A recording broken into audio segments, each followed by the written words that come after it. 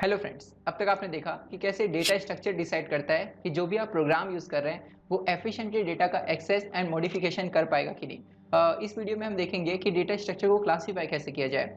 बहुत सारे क्लासिफिकेशन के मेथड है। सारे मेथड्स को एक एक करके हम डिटेल में देखेंगे। आइए सबसे पहला मेथड देखते हैं, जिसके अकॉर्डिंग हम लोग डेटा स्ट्रक्चर को दो पार्ट्स में क्लासीफाई कर सकते हैं, एक primitive and second non primitive. दोस्तों, प्रिमिटिव एंड नॉन प्रिमिटिव को आप फंडामेंटल एंड डिराइव्ड क्वांटिटी की जैसा समझ सकते हैं। प्रिमिटिव मतलब फंडामेंटल, जो किसी और पे डिपेंड नहीं करता या किसी और से डिराइव नहीं होता। तो इसके लिए इसमें जो एग्जांपल्स हैं वो हैं हमारे पास integer, then we have character, float and double.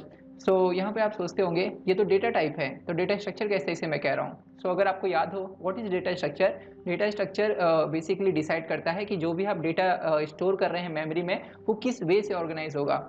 यहाँ पर दोस्तों मैं आपको एक एग्जांपल बताता हूँ। सपोज मेरे पास एक वेरिएबल x है और उसका डेटा टाइप मैं डिक्लेयर करता हूँ int, और मेरे पास एक दूसरा वेरिएबल x है जिसका डेटा टाइप मैं डिक्लेयर करता हूँ char। तो यहाँ पे आप देखेंगे दोनों वेरिएबल के नाम x हैं। क्या दोनों वेरिएबल सेम है? नहीं, क्योंकि उनके डेटा टाइप अलग है।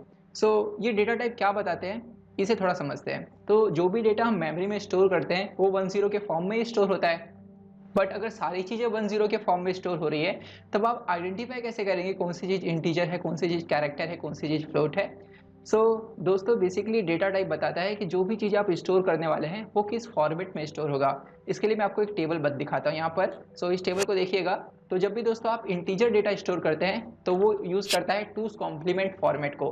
टूज कॉम्प्लीमेंट रिप्रेजेंटेशन टेक्निक मैंने ऑलरेडी सी प्रोग्रामिंग में कवर किया है। अगर आपने नहीं देखा है तो आप नेट पे इजीली इसके बारे में पढ़ सकते हैं। तो जब भी आप इंटीजर डेटा एक्स में स्टोर करेंगे, अगर एक्स इंटीजर डेटा टाइप का वेरिएबल है, तो दोस्तों आपका कंपाइलर उसे टूज कॉम्प्लीमेंट फॉर्म में स्टोर करेगा। तो कंपाइलर को कैसे पता चलता है कि टूज कॉम्प्लीमेंट यूज करना है? वो ये देखता है कि एक्स के आगे आपने कौन सा डेटा टाइप यहाँ डिक्लेयर किया है। अगर आपने कैर डिक्लेयर किया है तो उसके लिए वो एस्काई कोड नाम के टेक्निक को यूज करेगा। बहुत जगह यूनिकोड भी यूज होता है। और दोस्तों अगर आप फ्लोट या डबल यूज कर रहे हैं तो फ्लोट या डबल यानी फ्रैक्शनल वैल्यू को स्टोर करने के लिए हमारा कंप्यूटर यूज करता है IEEE 754 स्टैंडर्ड को। इसमें दो single and double precision formats हैं जो बेसिकली फ्लोट एंड डबल के लिए रिस्पेक्टिवली यूज होते हैं।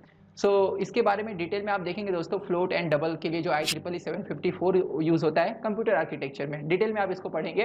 मैंने आपको यहाँ पर ये बताया कि डेटा टाइप जब आप डिक्लेयर करते हैं किसी भी वेरिएबल के आगे, जब आप डेटा टाइप लिखते हैं तो कंपाइलर को पता चलता है कि जो भी डेटा इस वेरिएबल में स्टोर होगा उसे किस फॉर्मेट का यूज करके स्टोर करना है, टूज कॉम्प्लीमेंट, एस्काई और IEEE 754। इसलिए डेटा टाइप डिसाइड कर रहा है कि आपका डेटा कैसे स्टोर होने वाला है। इसलिए ये जो बेसिक डेटा टाइप है इसे भी हम क्या कहते हैं? Data structure.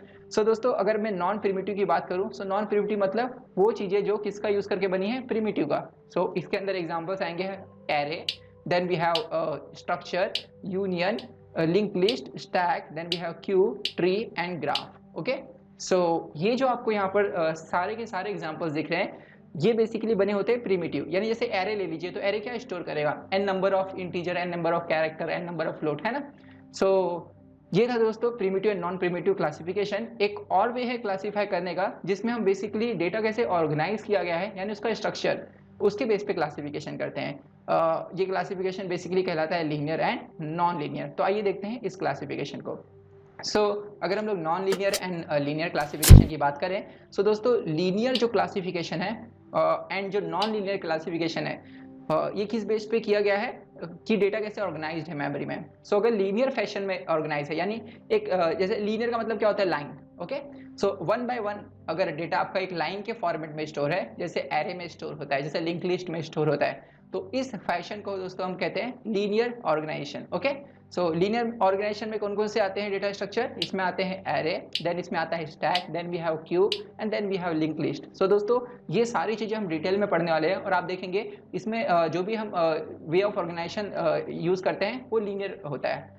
एंड मुझे लगता है आप लीनियर का मतलब समझ गए, एक लाइन में। ओके, और जो नॉन लीनियर होता है मतलब एक लाइन में नहीं होता, मल्टीपल पाथ्स होते हैं।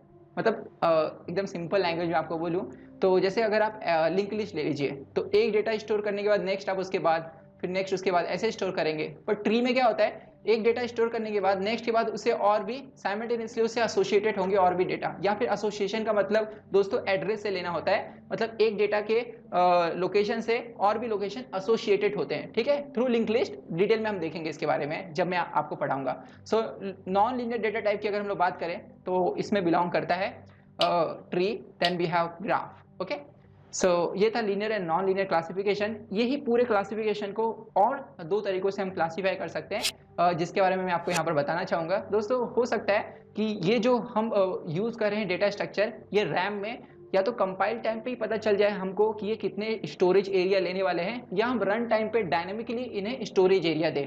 इसलिए हम इसे फर्दर क्लासीफाई कर सकते हैं दो पार्ट में, स्टैटिक एंड डायनेमिक। तो स्टैटिक का मतलब होता है दोस्तों, जैसे अगर आप डिक्लेयर करते हैं फॉर एग्जाम्पल int a50, ठीक है, तो आपके कंपाइलर को कंपाइल टाइम पे पता चल जाएगा कि आपको 50 लोकेशन चाहिए, हर एक लोकेशन का साइज इंटीजर के इक्वल होना चाहिए, है ना, तो साइज आपको पहले से पता चल गई। बट अगर आप लिंक लिस्ट यूज कर रहे हैं, मेलॉक का यूज करके, आपने सी प्रोग्रामिंग में पढ़ा होगा, मेलॉक का यूज करके आप रन टाइम पे मेमोरी क्रिएट कर रहे हैं, तो वहां पर वो जो ऑर्गेनाइजेशन है वो कहलाएगा डायनामिक, ठीक है। सो ये जो भी आप यहाँ पर डेटा स्ट्रक्चर की बात कर रहे हैं, ये स्टैटिक वे से डिक्लेयर है या डायनेमिक टाइम पे इन्हें लोकेशन मेमोरी एरिया दी जाएगी, इसके बेसिस पे हम इसे स्टैटिक और डायनेमिक दो पार्ट में क्लासीफाई कर सकते हैं। सिमिलरली जब हम लोग इंप्लीमेंट करेंगे ना प्रोग्राम्स, तो वहां पर मैं वापस इस चीज को बताऊंगा कि देखिए यहाँ पर ये स्टैटिक इनिशिएशन है और ये डायनेमिक है। ओके, सो वैसे दोस्तों एक और तरीके से क्लासीफाई कर सकते हैं, जैसे मेरे पास अगर एरे है तो एरे में जितने भी डेटा स्टोर होते हैं सारे एक जैसे होते हैं, यानी कभी भी आप ऐसा नहीं कर सकते कि एरे में एक लोकेशन पे कैरेक्टर, दूसरे पे इंटीजर, एक पे फ्लोट, ऐसा नहीं हो सकता। एरे में जितने लोकेशन होंगे सब पे सेम डेटा स्टोर हो सकता है, या तो इंटीजर या तो फ्लोट या तो कैरेक्टर, इसलिए एरे होमोजीनियस डेटा स्ट्रक्चर कहलाएगा। और नॉन होमोजीनियस मतलब दोस्तों जो मिक्स टाइप का डेटा स्टोर कर सके, जैसे स्ट्रक्चर हर एक टाइप का डेटा स्टोर कर सकता है, इसलिए फर्दर जो क्लासिफिकेशन होगी वो कुछ इस तरह होगी, होमोजीनियस एंड नॉन होमोजीनियस। तो मेन जो क्लासिफिकेशन था वो था non primitive and primitive and linear and non linear. ये जो दो मैंने क्लासिफिकेशन बताया ये तो काफी आसान है, स्टैटिक एंड डायनामिक मुझे लग रहा है आप समझ गए कि मेमोरी कैसे अलोकेट किया जा रहा है, रन टाइम पे या कंपाइल टाइम पे। कंपाइल टाइम पे मतलब स्टैटिक, रन टाइम पे मतलब डायनामिक। और जो डेटा स्ट्रक्चर है वो किस टाइप का डेटा स्टोर कर रहा है, हेट्रोजीनियस मतलब मिक्स टाइप का, कैरेक्टर, इंट, फ्लोट, अगर ऐसा है तो वो नॉन होमोजीनियस कहलाएगा। होमोजीनियस मतलब जो सारा डेटा एक जैसा ही स्टोर कर रहा है, जैसे एरे, तो एरे क्या है, होमोजीनियस का एग्जांपल है।